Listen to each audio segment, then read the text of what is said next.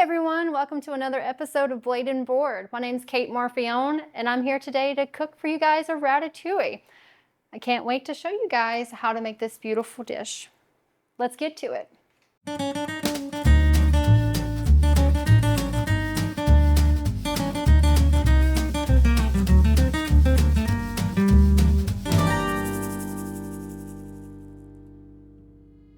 I'm going to go over a couple of things that you'll need to make this dish. You'll need some zucchini and some squash, yellow and green. You could use one or the other, but I like to use both for color. You'll also need some decent sized eggplants, probably 2 to 3. You also need some very ripe tomatoes. This is a good size because we're going to be slicing them up and try to have everything within the same shape. You'll also need garlic for the recipe that I use and a purple onion. Those are 2 things that you'll also need. A shallot, which is not typical for ratatouille, but it is for my recipe. And a blend of spices. Herb de Providence is an easy one to use. It's easy to obtain. You'll need red pepper flakes, some salt, black pepper, and if you don't have time to make your own tomato sauce, a good quality can of tomato sauce is good. I like to use whole tomatoes and then blend them up myself with an emulsifier or a blender, whichever one is fine for you. And then you'll need some fresh herbs, some basil, rosemary, and a little oregano. And then that should be about everything you need. Some people like to top theirs off with Parmesan. That's what I like to prefer to do at the end. So a good quality Parmesan would be nice to have. The first step that you're gonna want to do for us is to cut up the eggplant because we have to soak it for a while to get out the bitterness.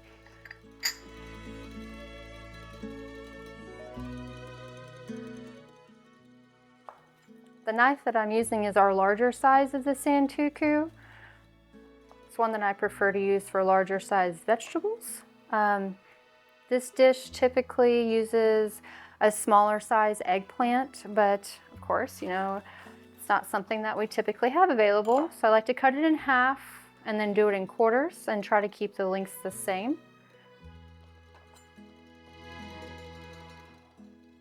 Maybe around a 1/4 inch. Is a good size to cut all your vegetables so that way they can cook evenly. You don't want to have them too thick or too thin. So if too thin, turn it into mush. Too thick, they won't cook very well. After you have your eggplant cut up and soaking in water with a little bit of salt, you're also going to need to cut up an onion of your choice. I prefer red because I like a little bit of a sweeter flavor. And also soak it in a little bit of cold water. What this does is bring out some of the natural juices and a lot of the sweeter flavors of those 2 items. You're gonna wanna cut up this onion to be very fine and small because it's gonna be cooked down and reduced into the sauce. So you don't want big chunky pieces. Make sure it's nice and precise. Now I feel like I need a pair of goggles to cut up these onions. Like it's unfair how strong they are.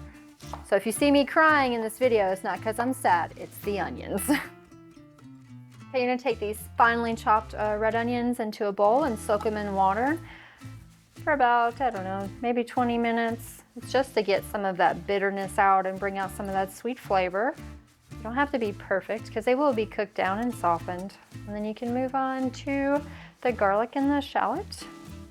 If you're not using a shallot, you need a full 2 cups of onion for this recipe. Okay, you guys, so here's my chopped up purple onions. I'm gonna add some salt, generous amount. I prefer pink Himalayan salt, personal preference, and some water.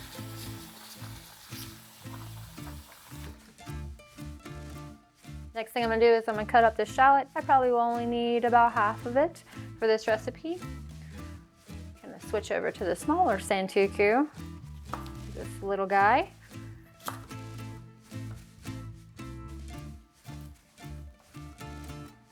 Speaking of little guys and little things, my little sister is the reason why I know how to make this dish. She experienced a period of time where she wanted to be vegan, and I wanted to support her in that venture and wanted to learn how to make a dish that was vegan friendly but also tasteful, and she likes tomato-based things, so I learned how to make this. I am not French in any kind of way. I am very American, so I did lots of research, lots of YouTubing to try to find different ways to make this recipe that would work for me and my family. And over a lot of trial and error, this is what I've come up with. Ratatouille is something a lot of people make. It's very well known. As you all know, there's a movie about it. So it's a fun dish. You can make it up layered, you can cut it up small. There's so many different ways to do it that I highly suggest that anyone try it, because you can play with it and experience it. There's no right or wrong way to make it. So let's cut up this shallot. Nice and tiny, probably around the same size as your onion. They'll kind of blend in together. You don't have to soak this one. We want all the flavor it has to offer.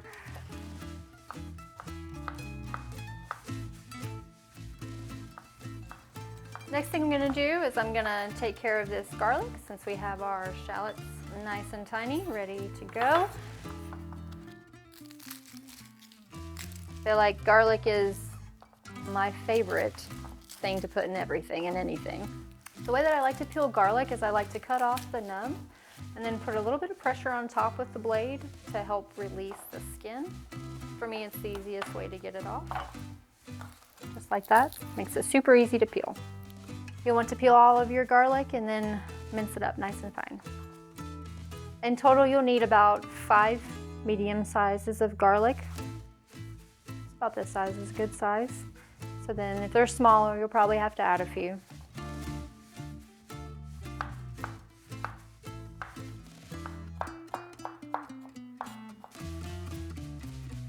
Okay, we're all done with the garlic. One of the most valuable things that I learned from my grandmother that is the inspiration or even why I cook at home, she used to say, a clean cook is a good cook. So always keep your space nice and tidy. Now that my cutting board's nice and clean, and we got a fresh place to start, we're gonna cut up a half of a yellow and a red pepper. A lot of people like to thinly slice these and add them into their layering. I prefer to slice them up nice and tiny and add them into the sauce when I'm reducing it. You have to be careful though, because they release a lot of water and you don't want your sauce to become too runny. So you're gonna make sure we're gonna saute these up really good during the process. Something funny that happened to me when I first started cooking, and I didn't know any better. I forgot to take the seeds out of the peppers when I cooked my dish. And not that it didn't make it taste any different, but they're not fun to bite into. So make sure you get all of the seeds out.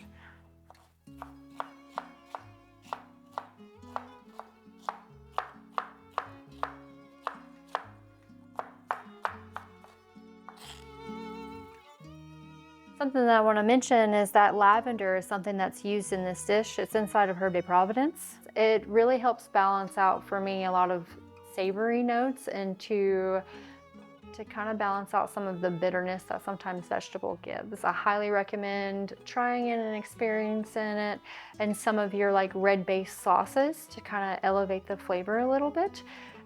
You've probably for sure have had it in a lot of sweet dishes. I've had many different dishes made with sweet, but it's not so oftenly used in savory.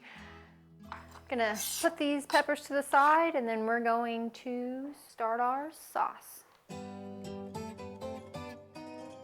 Got all my onions, garlic, shallot, and pepper nice and dried off and combined in a bowl. This is kind of the color consistency that you're looking for. Vegetables vary in sizes, but this is about the amount in total. This is a good time to turn on your oven. You want to set it to 350 so it can start preheating for when we're done assembling everything for this process. I'm going to put it on a medium-high heat. Use about 1.5 tablespoons of olive oil. Once it gets nice and warm, I'll drop in all of our cut up onions and garlic and peppers until they're nice and soft. At the point where the bottom of the pan, where it's nice, you're starting to get that brown, it's fine, don't freak out, it's not burnt. You're gonna use that sauce to kind of help you deglaze. And when you do this, it's gonna make it nice and bubbly. You wanna make sure you lower your heat down to really low and get everything mixed in and scrape all that goodness from the bottom of your pan. There's a lot of flavor in there you don't wanna miss out.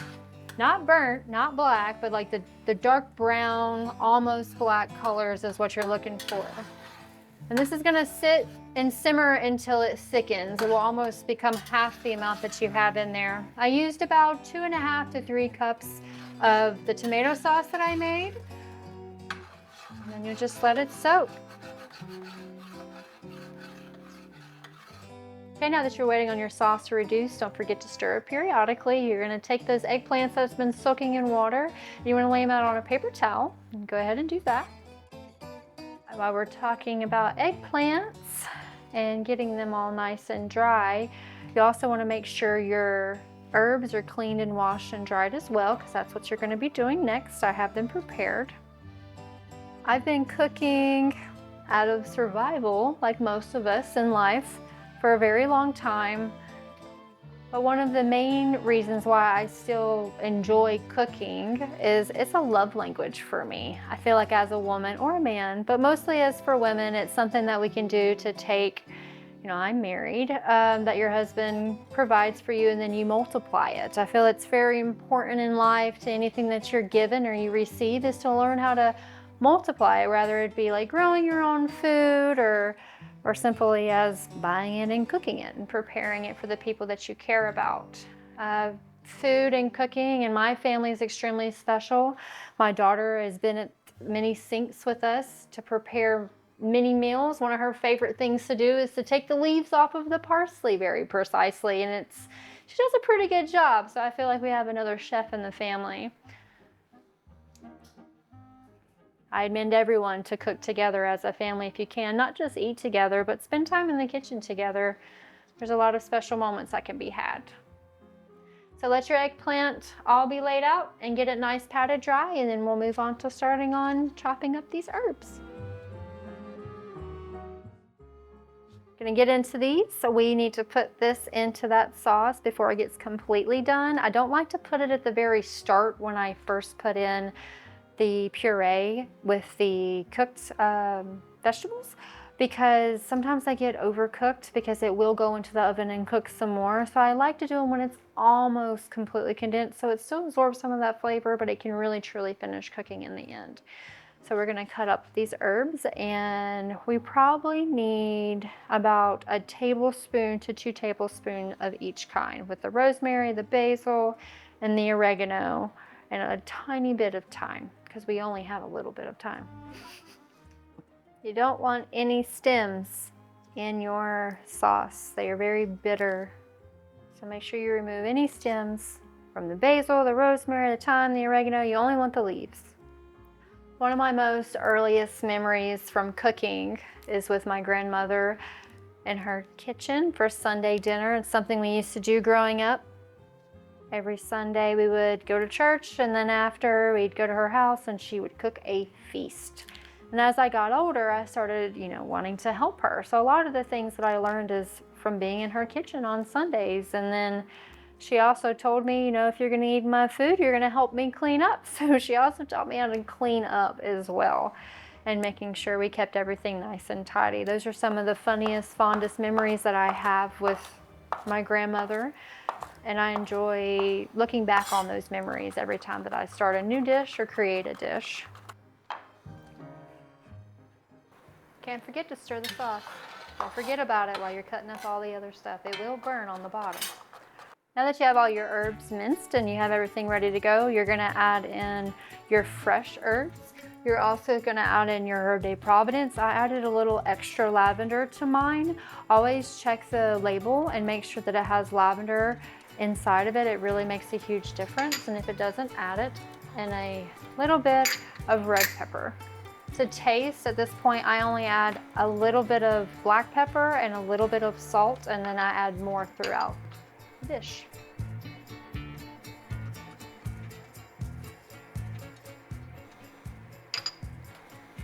You want to keep cooking this after you've added these herbs until you get a thick, not quite a paste, but a little bit before a paste, not running out of paste, a good in-between consistency. This will happen a little bit faster if you used a can of marinara versus emulsifying your own whole tomatoes or cooking your own. There's a lot more water involved with that. So if you use whole tomatoes and blend them up, then you're gonna need to get rid of a lot of that water to get more of that sauce, marinara type consistency. There's two options once you get to that point. You can either have it chunky, or you can emulsify it again and have it really smooth. It's really a personal preference. Some people like those bites of cooked onion and cooked garlic while they're eating the ratatouille or the chopped vegetables. But for me, I like to make it nice and smooth. So once I get it to the consistency that I like and everything is cooked down, I'll take my emulsifier and I'll blend it up to make it nice and smooth. Don't forget to stir the pot. Okay, now that you have your sauces, the consistency that you like, you got your herbs added, everything's ready. It is cooked to the point that I want it to be at, so I've turned it off and just let it sit. And I'm going to work on cutting up the vegetables that we'll need for layering. We're gonna cut up tomatoes, zucchini, and squash. Our eggplant is currently resting still, so when it's ready to go, we'll be able to add it into the layering process. The most important thing is consistent slicing sizes throughout this cutting process. It takes a little bit of time, but once you get going, it starts to speed up. The first thing I'm going to probably work on should be the zucchini. I'm going to start with 3 and see how it goes. If I need more, I can always cut up more, but 3 is probably going to be more than enough. Zucchini is very versatile. It's probably one of my favorite vegetables. I like it raw, I like it in salads, I like it cooked. I feel like zucchini is very underrated. It doesn't have a whole lot of flavor, but that's kind of a good thing because you can make it taste however you want it to.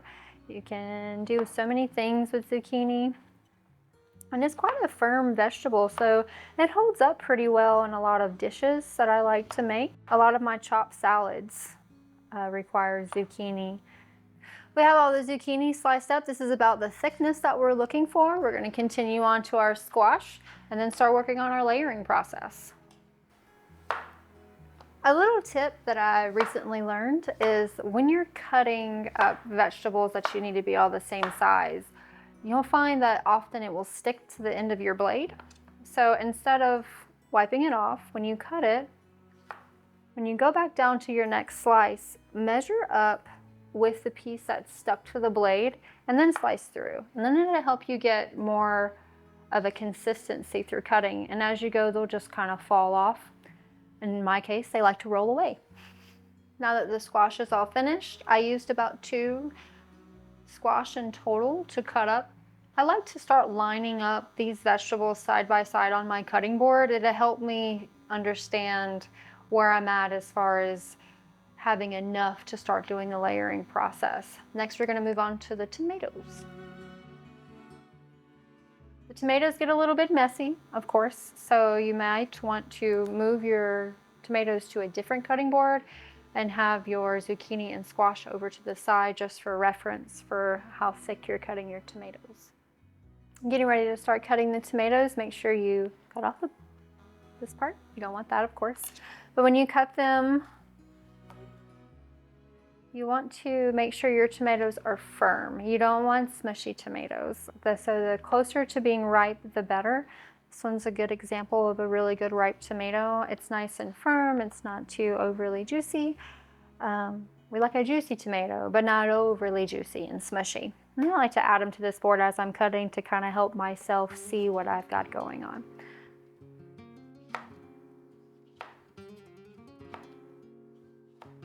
Finally, we have all of our vegetables nice and cut up the way that we like them, about even proportions for each one. So now we're going to clean up our area and get our sauce into a container that's oven safe. I like to use a cast iron or a Pyrex dish. Something round is always fun to make that nice spiral shape. You want to make sure that you oil the bottom of that pan just so that way it doesn't stick. Before we get into layering all these beautiful vegetables, you need to taste your sauce. This is a good time to add a little more spice, a little more salt, a little more pepper, because it's pretty much to the flavor that it's going to be at completion. It will just get a little bit stronger in the savory sides of all of those herbs that we used initially. I think it could be a little spicier, so I'm just going to add in a little more red pepper and probably a pinch of salt.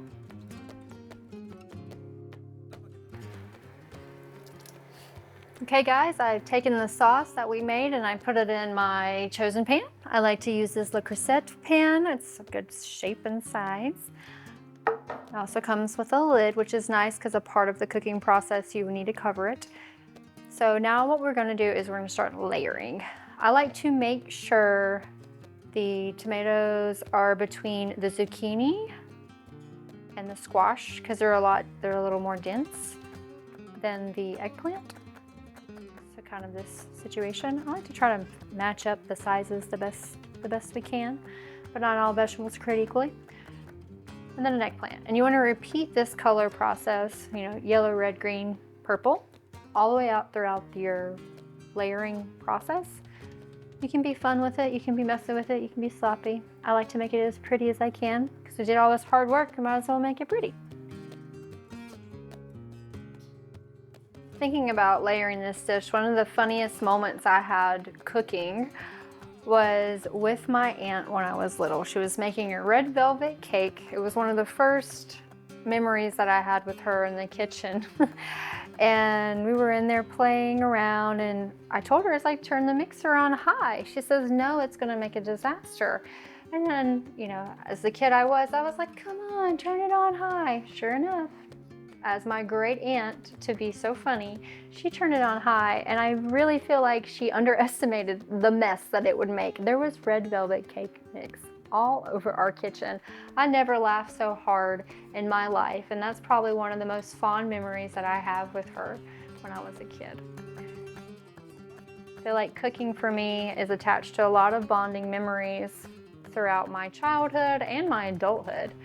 One of the things that kicked off my current relationship and marriage was lobster sauce. I like to make the joke that he made it and I never left, because that's essentially how it happened.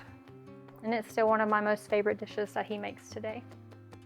A little tip for when you're going around and around and around is that first layer is to hold it the whole time and try to situate the process and kind of help it from all toppling over into your sauce. Cooking is a process. It has a start, a middle, a finish, and an end. And I feel like life is very similar. Throughout all the experiences that we have, good, bad, and in between, there's a process there. It doesn't always go as planned. It doesn't always start when you want it to start, like dinner.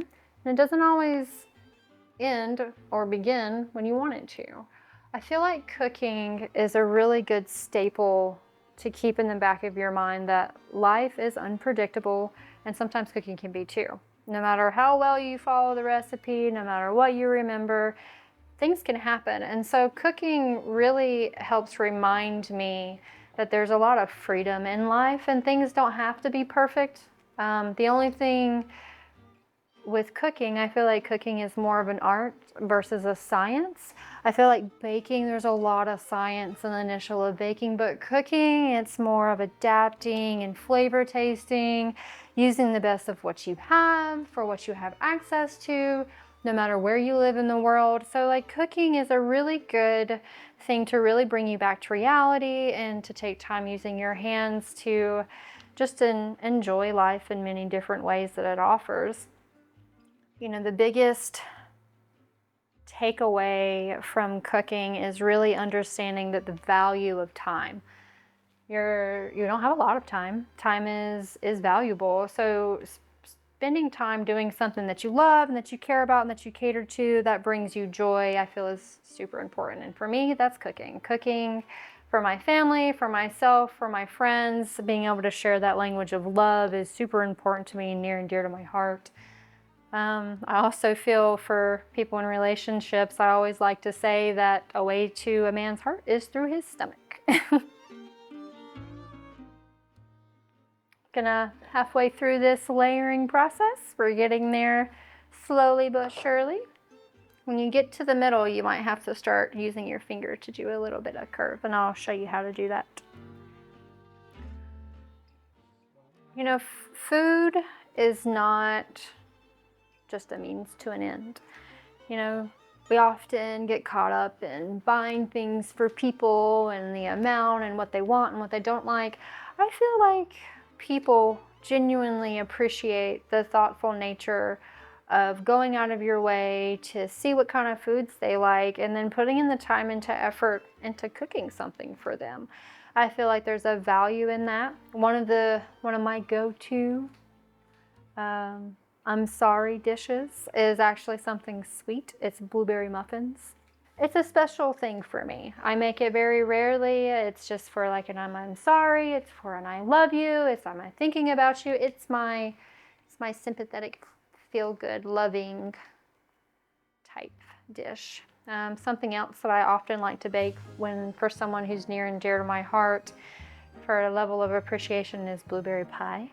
It takes, with a lattice top, takes a lot of time, a lot of effort, and it's made with all of the love and all the sweetness. I'm getting to the point now where we're starting to kind of look like this.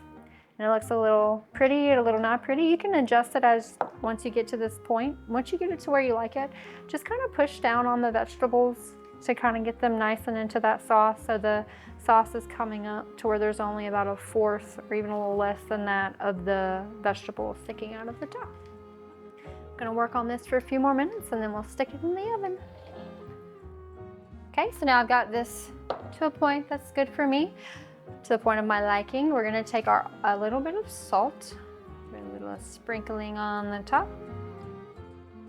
Want to release as much deliciousness as we can. And then I like to take the olive oil. The better quality you can find, the better it will taste. You can dip this in a dish, but for the sake of easiness, I like to just pour it straight on the brush and just brush it over the top. It should look something like this. Yours could be a little different. I chose to do my vegetables a little on the thicker side, so they would be a little more al dente in the middle. But if you do them up thinner, it cooks a lot faster. The point of the olive oil is to keep the top from getting too crispy, but crispy enough. And then you want to put it in the oven at 350 for 45 minutes to an hour. A good way to test your vegetables is just to pull out your thickest one and look at the center of it, and if it looks good, take it out and you can slide it right back in. It should be nice and bubbly.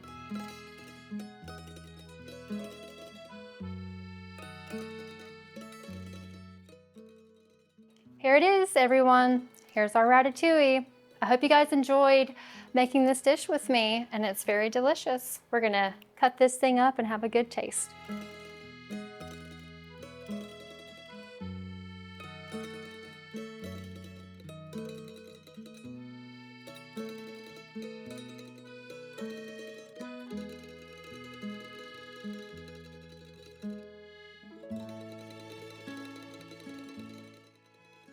Well, here's a great opportunity for a taste. And oh, look who it is, my handsome husband. Wow, this looks amazing. I remember the first time that Kate made me this dish was years ago, and it was like the absolute prettiest thing I've ever seen in my life. Also very, very delicious. Let's give it a whirl. Been waiting for this all day.